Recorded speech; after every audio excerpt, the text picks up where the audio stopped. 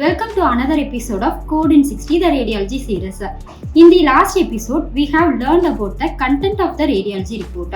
In this episode, let's see the step-by-step procedure for accurate coding. Step 1. Study the indication. It is imperative to check the indication or the reason for exam to understand why the exam was performed. This helps the coders not code the unrelated conditions to the indication or exam performed. Step 2. Study the impression. This is also titled as conclusion.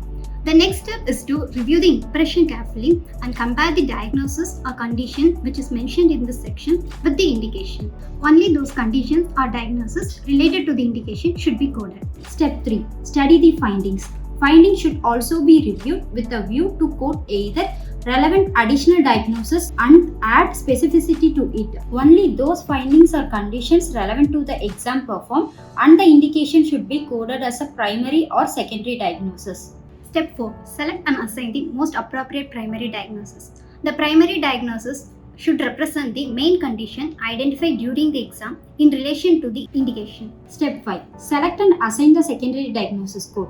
Any additional condition that are significant to get the claim paid also be reported. Step 6. Check local coverage limitation. Always check with the respective regional map to see if there are any coverage restriction for the CPT and ICD-10 code pair being built. That concludes this episode. For more such medical coding tips and updates, follow Quintessence on YouTube. Thank you.